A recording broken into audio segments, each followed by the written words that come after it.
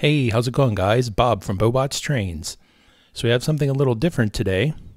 My niece, Jessie, is 9 years old and in the 4th grade, and she asked if I would help her do her school project on the Susquehannock Indians. They would be in the eastern part of the country here for her project, and it should be some type of diorama. So we started out making a list of what type of base we were going to use and the size and the different types of elements that we may include in the project and the supplies that we would need. Went on the internet, searched around for the Susquehannock Indians and got some pictures of what their camp may look like. And they had this longhouse that they lived in and this fire pit. So just to get some ideas of what we might include in our diorama. Over here we did a mock-up then on a piece of foam and laid out where things were going to be. We're going to have a fence that goes around. They had this apparently to protect themselves from intruders. It went around their whole camp. There'll be a campfire here with some little people. Some crops over here. The longhouse. And back here there's a guy hunting. Maybe if we have time we'll do a relief there and make that a little higher and do some land elements. And then they may end up putting a river or stream down here, just something to simulate that. And we'll cut it off along here and use that foam for our base. We appointed a subcommittee, aka Dad, to help out making the fence that'll go around their camp. So we just took these little sticks that we got at the craft store and put some stain on them real quick, and then took some wire wrapped around, just 1 or 2 wraps around each one, and then keep going about 1 inch apart, depends on however you want it. And then when you get to the end, come back and run the wire along the bottom, so you end up with 2 stringers of wires, or yeah, 2 stringers of wire. And what it'll do is go on that dotted area of the diorama.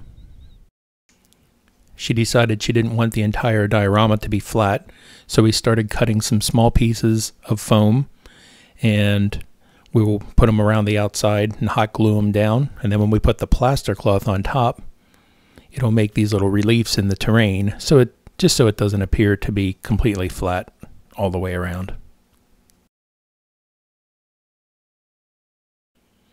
After hot gluing down all the foam relief elements, we cut a little section in the left there to resemble a river or stream, and then went and put 2 layers of plaster cloth over the entire diorama base. Once this dries, it'll get very hard and make for a nice base to put down paint and scenery elements.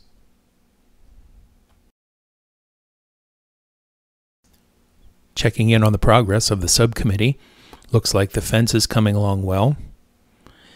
And we're going to leave it a little longer at the end so that maybe we can have an overlap to make them a little door or a gate type thing so they can get into their camp. Apparently we had way too many posts for our fence, but I can use them on other projects. Starting construction of our longhouse, we just took a piece of chipboard on top and curved it over, and then cut out some pieces of foam that will act as framing and hot glued them inside so that the semicircle will keep its shape.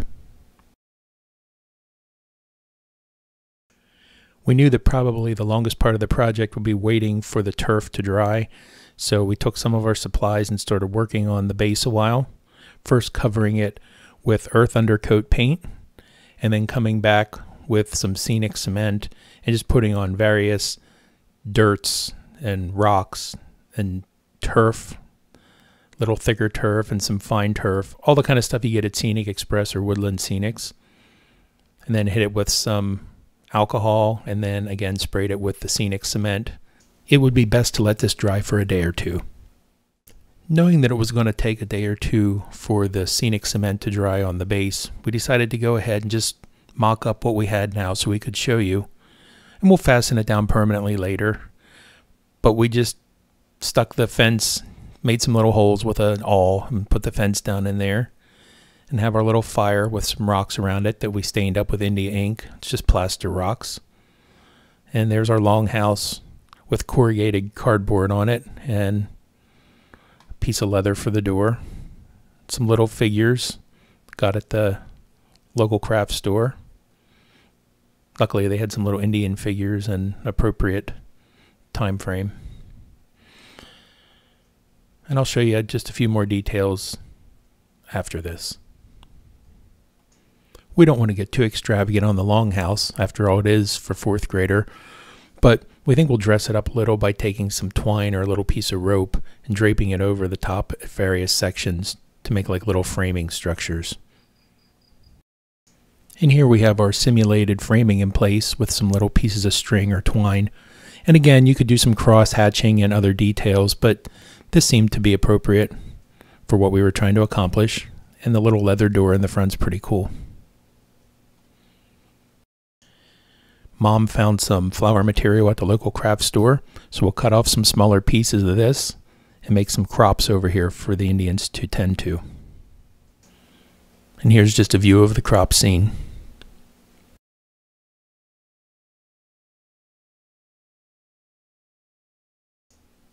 So we got a nice start on the project, and I'm going to leave it up to my niece to take it home and finish it up with some details. She may put some realistic water in the ditch on the side, simulating a stream or river. Maybe change the figures around, a couple little rocks here and there. And I gave her a few happy little trees to put throughout the diorama, maybe up in the corner or back in the background, just to pull it all together. So it was a fun little project for a couple hours. And I hope you enjoyed watching this today. Hope this helps somebody out in their designs. And please comment below, and thanks for watching.